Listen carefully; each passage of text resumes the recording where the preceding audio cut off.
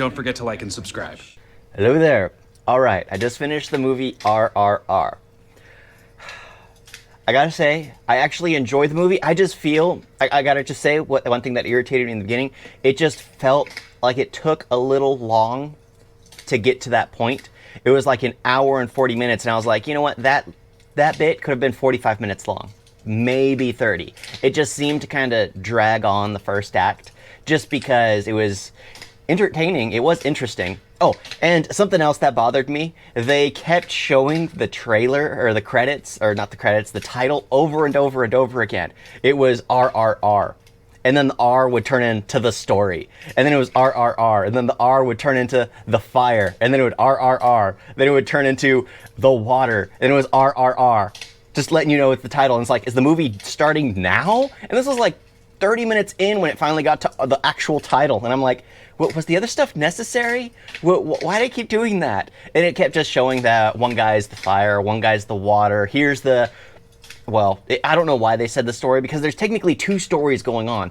And one thing I like about this is it's like two different avenues of people who are, well, trying to fight the British Empire at the time. I mean, I do love like what's the word for it? Like the fictional history, like that's just your alternate history, where you're basically taking a period of time and you're changing the history of it. You're basically fighting back. It's as if different things happened, everything seemed to fall in line. What if India was had their freedom years before? I mean, I would love for this movie, if it continued onto a sequel, to basically fight for their freedom, to continuously go until they have their freedom. And at that point, it's completely fictional, but it does surround true incidences, like the fact that the heartless, some of the heartless, the racism that happened. I mean, it even happens now to this day. Not so much, well, just around the world in general. I mean,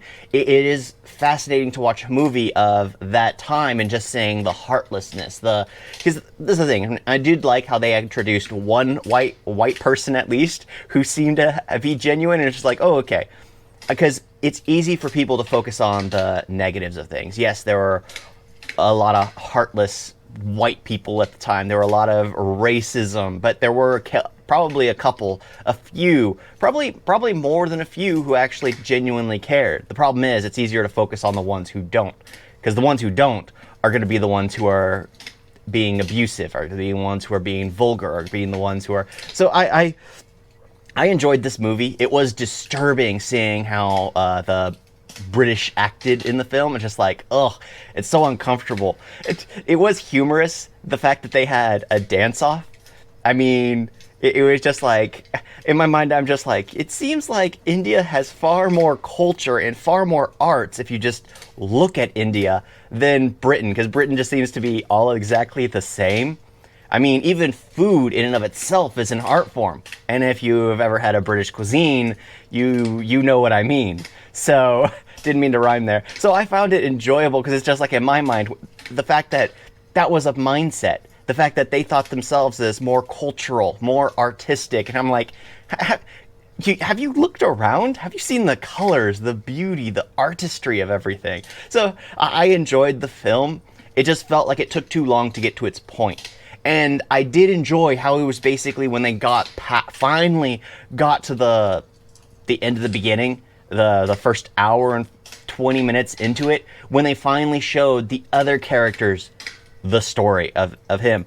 And I did enjoy that. I did enjoy how he was basically a revolutionary in and of himself. He was the slow burn. He was trying to infiltrate, and I was like, this is two different perspectives. There's basically the one who's being a martyr and the other one who's being a complete patriot, who's literally being called a traitor because he's playing the long game.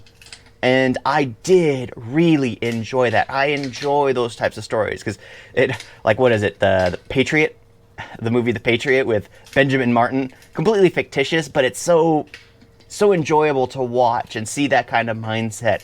I mean, yeah.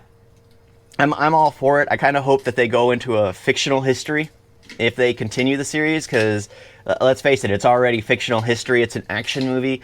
Just change history. Change history for entertainment. Because there's something about fighting, like watching movies where people are fighting for their freedom and doing what it takes, like literally fighting armies of civilization that's more advanced, let's say, and they're just using their jungle tactics, and it's just fascinating to watch. It's inspiring to watch, and it's just like, just take it to the next level.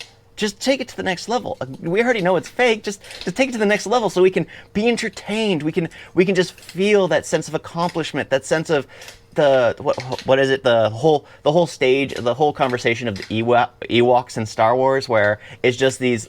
That could come off very, but this is gonna sound very. You know what? I'm just gonna stop that train of thought, because Ewoks are considered savages who fight against the Empire, and it's like, you know what? That's probably not the best correlation here. Yeah, but it's just I always enjoy that the freedom fighter type situations, because it's always emotionally impactful, especially when you literally know that everyone should be free. There should just be an understanding and an acceptance of each culture, and I mean, but what do I know in the end? Yeah, but I did really enjoy this movie. This CGI actually did catch me right away, like the tiger in the beginning. I mean, I absolutely found it fascinating. The dumbest part about the whole film, I just got to say this, is when it was cool, but he was literally fighting when they literally stacked on top of each other, like kids in an adult's clothing, where you see it in cartoons all the time, and I'm like, this is basically an adult cartoon right here. One guy was sitting on top of another guy's shoulders. They were running around and fighting that way, and I was just like, this is absolutely ridiculous. It was ridiculous, absolutely ridiculous. It was the worst part about the whole thing. But the CGI was actually pretty well done. I mean, you can notice it pretty easily, but at the same time, it's not as distracting as some of the other films. So India's cinema has really started catching up with their CGI, and I actually do enjoy that. It is nice to not be able to just notice it right away, like there's a cartoon character running at you, a cartoon tiger running at them. It actually seemed pretty genuine, and I was like, okay, this is cool. Yes, the animation was a little off, because if you watch it running, the way it looks like it's running on a treadmill. But neither here nor there, that's all fine. It's enjoyable to watch. Absolutely did enjoy this movie. After the first hour and 20 minutes. That seemed to drag on.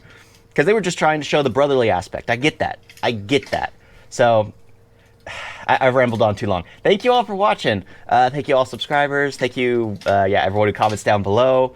Yeah, this is a Tollywood movie. I just have to say that because people blocked my review because apparently I said Bollywood it once, and people just got tired of hearing it, I guess. So it got blocked. Yeah, this is a Tollywood movie. RRR. Thank you all for watching. Talk to you next time. Toodles!